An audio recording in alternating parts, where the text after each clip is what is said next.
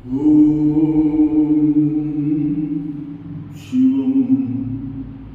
शंकरं शंभुमीशानमीडे।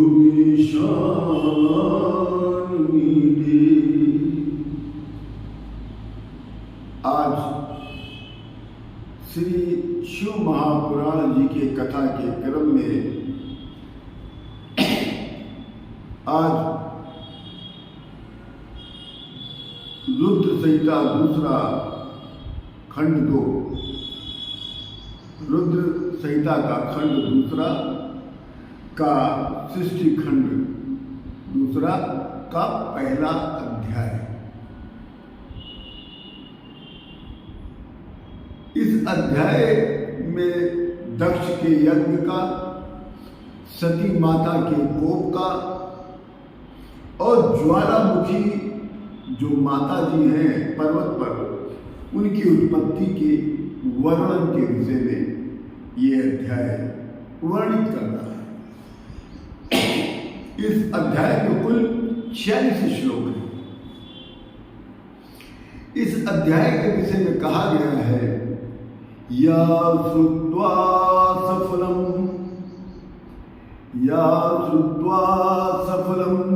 जन्म भविष्यति न संशयः। इस कथा के विषय में शंकर भगवान ने स्वयं कहा है, जो इस कथा को सुनता है उस मनुष्य का जन्म सफल हो जाता है। इस कथा को सर्वप्रथम ब्रह्मा जी ने कहा था और सर्वप्रथम इसको नारद जी ने सुना था। ब्रह्मा जी के द्वारा ये वर्णित ये अध्याय है। ब्रह्मा जी ने नारद जी को बताया कि ब्रह्मा जी ने निरंतर शक्ति की सेवा करके उनको प्रसन्न किया। जब सृष्टि की रचना का दायित्व शंकर भगवान के द्वारा जो ब्रह्मा जी को प्राप्त था, जब उस सृष्टि की रचना में रुकावट आ गई, किसी कारणवश सृष्टि नहीं हो पा रही थी, तब उनको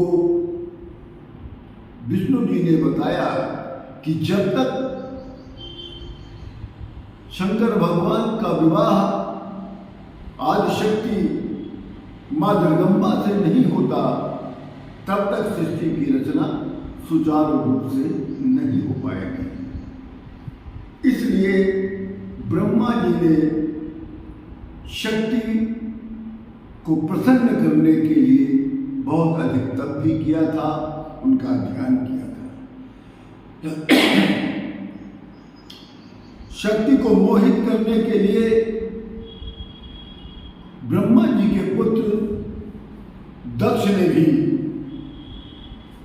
शक्ति का तप किया था और उनको प्रसन्न करने के लिए ध्यान किया था।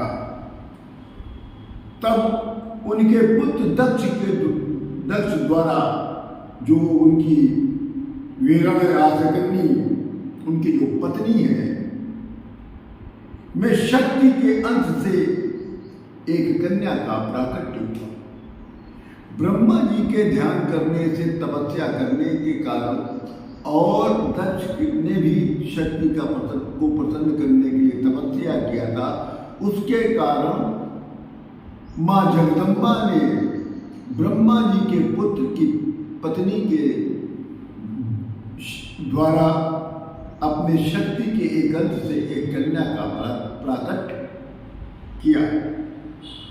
सोमो भूत्वा दक्ष सुता तपः कृत्वा तु दुस्सहस। उस कन्या का नाम अपने भक्तों का कल्याण करने वाली सोमा रखा गया। बहुत ही गूढ़ विषय है। आज तक कोई नहीं जानता है कि सती देवी का पहला नाम सोमा था। सती मैया का पहला नाम क्या था? सोमा। सोमो भूत्वा दक्षसुतः तपः कृत्वा तु दुस्सह। उस कन्या का नाम अपने भक्तों का कल्याण करने वाली सोमा रखा गया। रुद्र पतन्ये भवद भगत्या स्वभक्त हित कारणी। जो अत्यंत कठिन तप करके रुद्र में भक्ति के कारण रुद्र की पत्नी बनी। इस प्रकार सोमा से विवाह कर रुद्र जो थे कैलाश पर चले गए। कुछ समय उपरांत शिव जी अपनी इच्छा से अत्यंत गर्वित माया से मोहित तथा महामूढ़ दक्ष प्रजापति का किसी कारण से शिव जी से विरोध हो गया। एक बार, ये बहुत बड़ी कथा है मगर यहाँ पे इसका वर्णन पूरा नहीं है। हम आपको छोटा सा सारा में बता देते हैं कि यह शिव जी की ही माया थी कि जो दक्ष थे उनका किन्हीं कारणवश से शिव जी में विरोध हो गया, जबकि दक्ष की पुत्री का विवाह शंकर भगवान से हुआ था। क्योंकि शंकर भगवान को सृष्टि की रचना करनी थी, इसीलिए उनको अपनी माया का और लीला का प्रयोग करना पड़ा। इसलिए मैंने आपको हर बार यही बताया है कि सृष्टि की रचना में दो महत्वपूर्ण स्तंभ हैं। पहला वरदान, दूसरा श्राप। तो किन्हीं कारणवश ये शिव की माया हुई। दक्ष शिव से विरोध करने लग गया और उसी विरोध के कारण वो उसे अत्यंत मूढ़ अर्थात सबसे बड़ा मूर्ख कहा गया। जो परमात्मा से विरोध करने लग जाए उसे महामूर्ख ही कहेंगे और क्या कहेंगे। तो उसका मन में शंकर भगवान ने जो माया रची उसके कारण उसके मन में एक यज्ञ, एक विशाल यज्ञ करने की विचार उत्पन्न हो गया। वो विशाल यज्ञ में किसको अकेला नहीं महाराज, सभी ग्रह, सभी नक्षत्र, सभी चांद तारे, सूरज, सभी देवता, सभी गण, यहां तक ब्रह्मा और विष्णु भी, सबको उसने निमंत्रण भेजा, परंतु उसने शिव जी को निमंत्रण नहीं भेजा।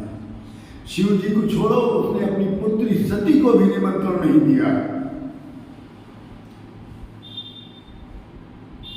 इतना बड़ा मूर्ख था कि उसने अपनी पुत्री को भी नहीं बुलाया।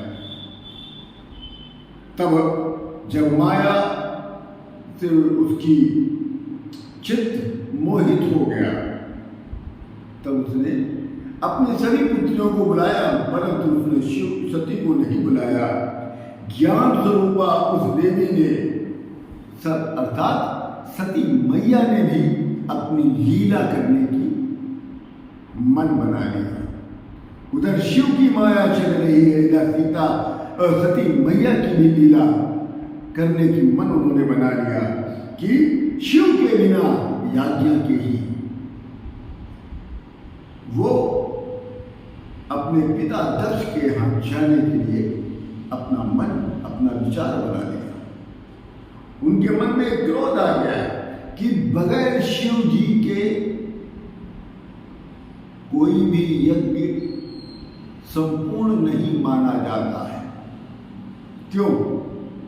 कभी भी आप इस चीज को आप समझ लीजिए, शिव जी के 5 मुख होते हैं। 5वें मुख से वो जितनी भी आहुति इनकार करते हैं, क्योंकि उसके ही द्वारा देवता और पितृ पोषित होते हैं। और शिव के बिना अगर कोई भी यज्ञ किया गया या उस हवन में अगर शिव मंत्रों का प्रयोग नहीं किया गया, आदि शक्ति का प्रयोग नहीं किया गया, तो वो व्यर्थ माना जाता है, असफल माना जाता है, अपूर्ण माना जाता है, क्योंकि उस यज्ञ से हमारे पितृ, हमारे देवगण पोषित नहीं हो पा रहे हैं। तो इस कारण सती देवी को बहुत क्रोध आया और क्रोध में उन्होंने अपने पिता के यहाँ जाने का मन बना लिया, जबकि इस वहाँ जाने के लिए शिव जी उनके पति के द्वारा अर्थात शंकर भगवान के द्वारा कोई भी आज्ञा नहीं प्राप्त हुआ। फिर भी सती देवी अपने पिता दक्ष के यज्ञशाला में पहुंच गई। चारों तरफ यज्ञशाला में उन्होंने देखा, परंतु शिव जी का भाग कहीं दिखाई नहीं पड़ा। उसी समय उन्होंने सभी ग्रह, नक्षत्र, चांद, तारे, सूर्य, सभी देवी देवता, यहाँ तक ब्रह्मा विष्णु जी की भी उन्होंने निंदा किया और निंदा करते हुए कहती है, विनिग्न तत्रतान सर्वान देह त्याग मथा करा दे। जब उन्होंने शिव का भाग नहीं देखा तो निंदा करते हुए सती मैया ने योगाग्नि के द्वारा अपने शरीर का त्याग कर दिया। जब रुद्र ने अर्थात शिव जी ने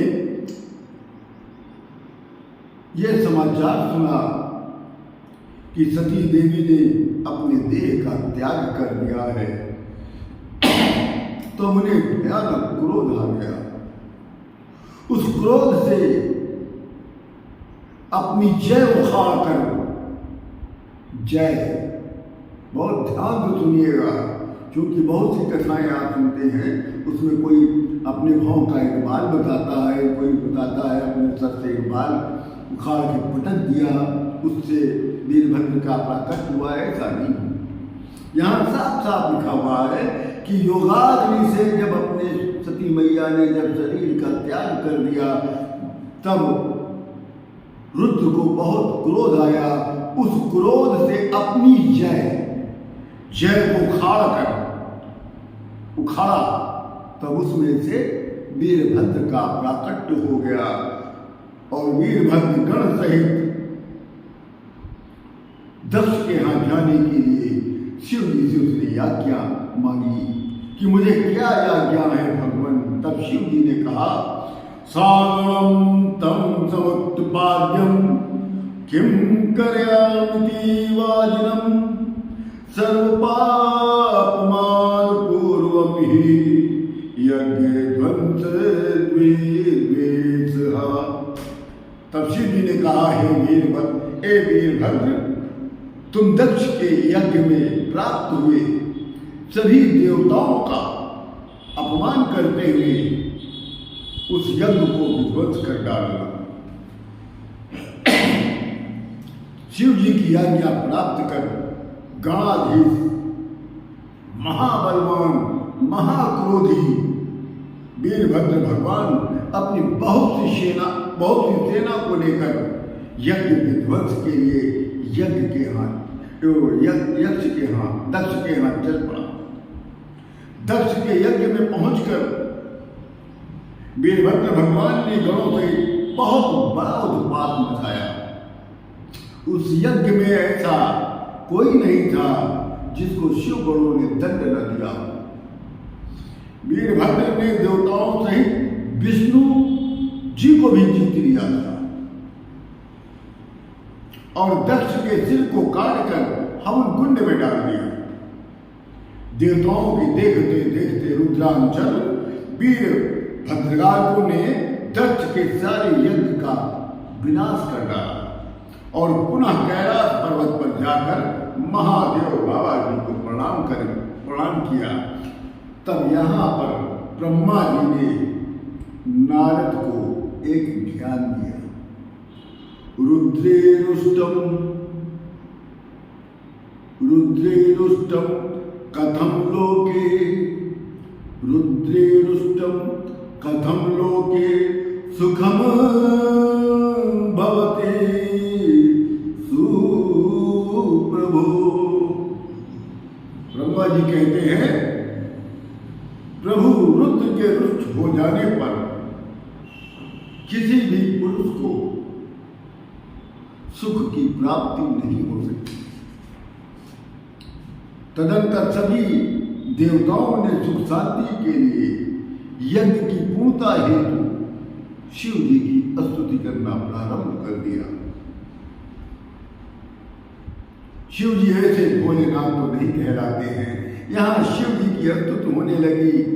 जहां शिव की निंदा हो रही थी वहीं शिव की स्तुति होने लगी।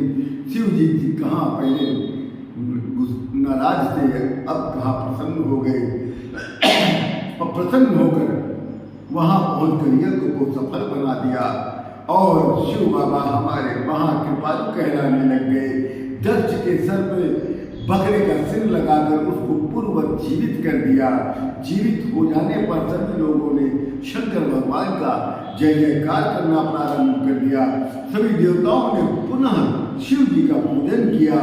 सती दे समुत्पन्ना ज्वालालोक सुखावह, यहीं पर ज्वाला देवी का प्राकट्य हुआ था। जो हिमाचल प्रदेश में ज्वाला देवी है उनका प्राकट्य कब हुआ था ये जानिए।